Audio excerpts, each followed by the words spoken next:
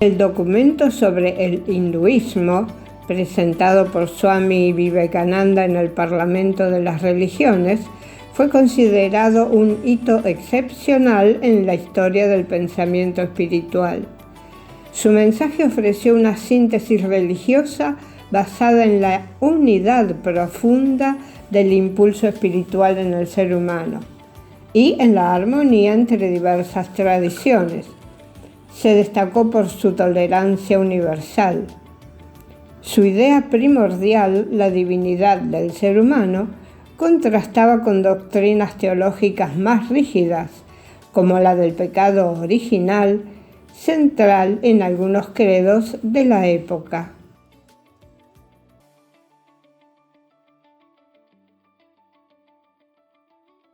Por otra parte, Swamiji impulsó al propio cristianismo a reformular su mensaje y su enfoque. La labor que él inauguró no se detuvo.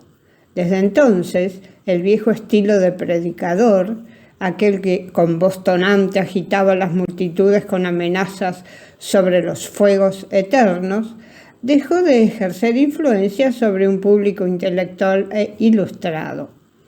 Ese tipo de oratoria, que antaño provocaba auténtica histeria colectiva, ya no consigue atraer la atención de quienes buscan una comprensión más profunda, razonada y espiritual de la religión. Así logró que miles de personas aceptaran fervientemente sus ideas. Cabe destacar que la característica especial de sus discursos residía en la fuerza vívida de su palabra y en la luminosidad del espíritu que irradiaba su personalidad. Pero sobre todo, el mayor servicio que el Swami prestó con su discurso fue a la propia India. Introdujo el hinduismo como religión mundial en el Parlamento. Impresionó al mundo occidental sobre la universalidad de la fe hindú y la inestimable riqueza de su contenido. Dio forma histórica definitiva al hinduismo entre los pueblos de Occidente.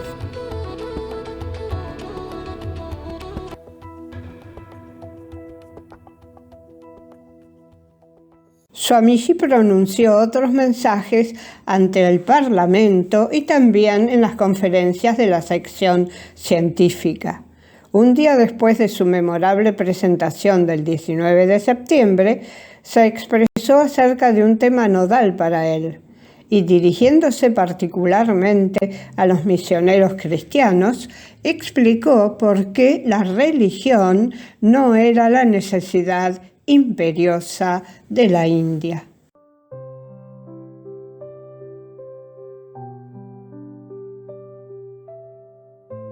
Un periódico de la época se hizo eco de esa disertación y publicó una crónica en su edición del día 21 de septiembre.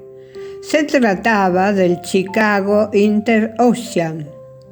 Decía el periódico en dicho artículo: al concluir la lectura del trabajo del señor Hetland sobre la religión en Pekín, el presentador anunció que los demás oradores programados para la noche no se habían presentado. Eran apenas las 9 de la noche y el auditorio principal y las galerías estaban abarrotados.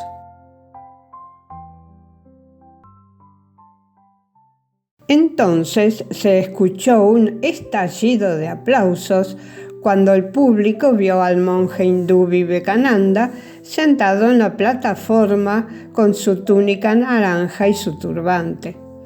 Este popular hindú respondió a los efusivos aplausos diciendo que no había venido a hablar esa noche. Sin embargo, aprovechó la ocasión para criticar muchas de las declaraciones del señor Hedoland.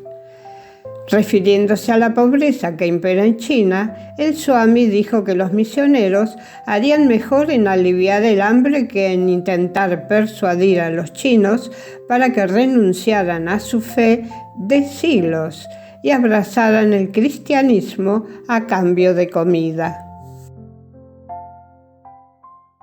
Acto seguido, el hindú reanudó su discurso diciendo que el obispo católico King le había comentado que a los estadounidenses no les ofendería la crítica honesta. Dijo que había oído hablar de todas las cosas terribles y las condiciones horribles que prevalecen en China, pero que no tenía conocimiento de que los cristianos hubieran construido ningún asilo para remediar todas estas dificultades. A continuación, el periódico publica el discurso en su totalidad. Dice Swamiji: Hermanos cristianos de América, les gusta tanto enviar misioneros para salvar las almas de los paganos. Les pregunto, ¿qué han hecho y qué están haciendo para salvar sus cuerpos de la inanición? En la India hay 300 millones de hombres y mujeres que viven con un promedio de poco más de 50 centavos al mes. Los he visto vivir durante años de flores silvestres. Cada vez que había una pequeña hambruna, cientos de miles morían de inanición. Los misioneros cristianos vienen y ofrecen vida, pero solo con la condición de que los hindúes se conviertan al cristianismo, abandonando la fe de sus padres y antepasados. ¿Es justo? Hay cientos de asilos, pero si los musulmanes o los hindúes van allí, los expulsan. Hay miles de asilos construidos por hindúes donde cualquiera sería recibido.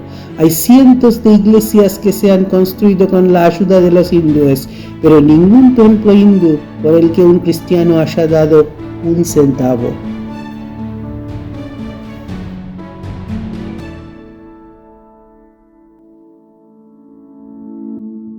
Las palabras del orador eran interrumpidas frecuentemente por los entusiastas aplausos de sus oyentes, que de ese modo daban su asentimiento a sus fuertes conceptos. Luego añadió: Hermanos de América, el mal que aqueja a Oriente no es la religión. Tenemos más que religión. Lo que quieren es pan, pero se les da una piedra.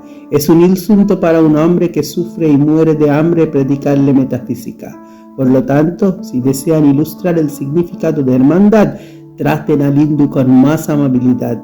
Aunque sea hindú y fiel a su religión, envíen misioneros para enseñarles a ganarse mejor el pan y no para enseñarles tonterías metafísicas.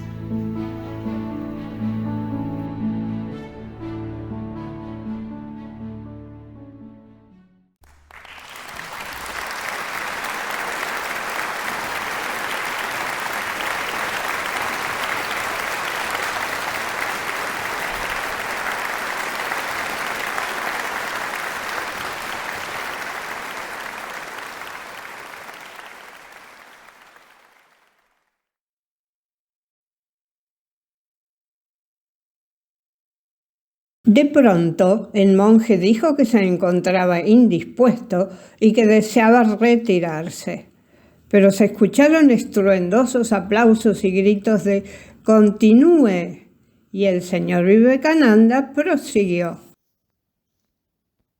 Soy uno de esos monjes a quienes se ha descrito como mendigos. Ese es el orgullo de mi vida. En ese sentido me enorgullece ser semejante a Cristo. Me alimento de lo que tengo hoy y no pienso en la mañana. Mirad los lirios del campo, no trabajan ni hilan. El hindú lo cumple al pie de la letra. Me enorgullece ser un mendigo por amor al Señor. En Oriente se considera que predicar o enseñar algo por dinero es bajo y vulgar, pero enseñar el nombre del Señor a cambio de dinero es una degradación tal que haría que el sacerdote perdiera su casta y fuera escupido.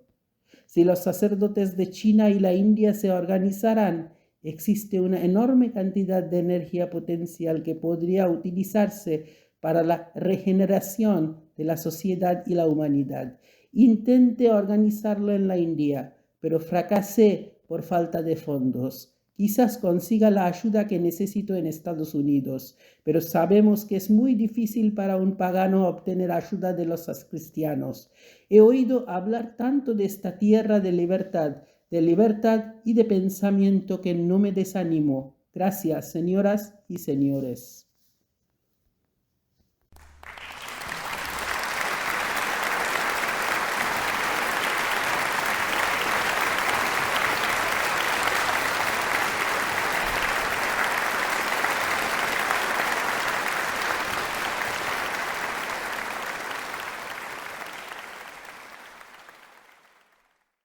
Entonces el popular visitante hizo una reverencia con gracia y trató de retirarse con una sonrisa amable, pero el público le pidió que continuara.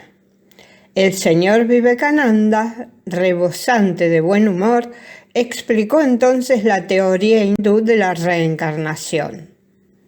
Al finalizar el discurso, un religioso, delegado de Inglaterra, dijo que ahora comprendía por qué los periódicos habían calificado acertadamente a este Parlamento como una antesala del nuevo siglo. Escuchen, oh peregrinos, pongan toda atención. Está despertando la humanidad para llevar una vida divina, para marchar hacia la inmortalidad, con los mensajes de la luz del amor, servicio y armonía, rompiendo el día con Vivekananda, el sol del amanecer. Con Vivekananda, el sol del amanecer.